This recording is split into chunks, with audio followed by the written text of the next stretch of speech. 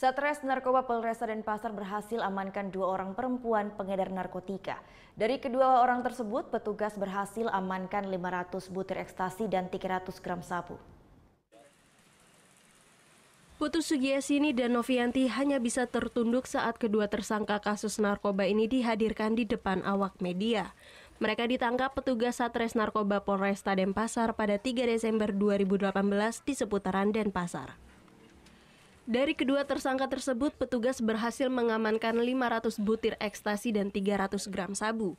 Akibat tergiur dengan penghasilan tinggi, kedua tersangka ini nekat menjadi pengedar narkotika. Untuk sekali tempel, ia mendapatkan upah sebesar Rp50.000, sementara untuk menjual narkotika, ia mendapat imbalan sebesar Rp500.000.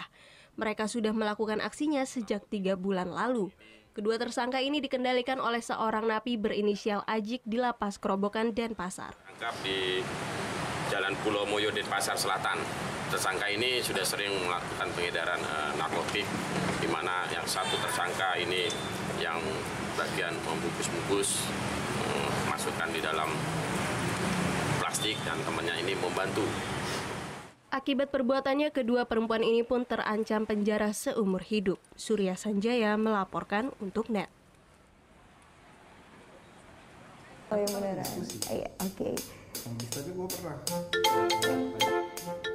Nah, udah kan nonton beritanya? Jangan lupa di-subscribe, di-like, dan juga di-komen ya akun YouTube dari Net Bali. Terima kasih udah subscribe. Yang belum, jangan sampai lupa. Di sebelah sini nih.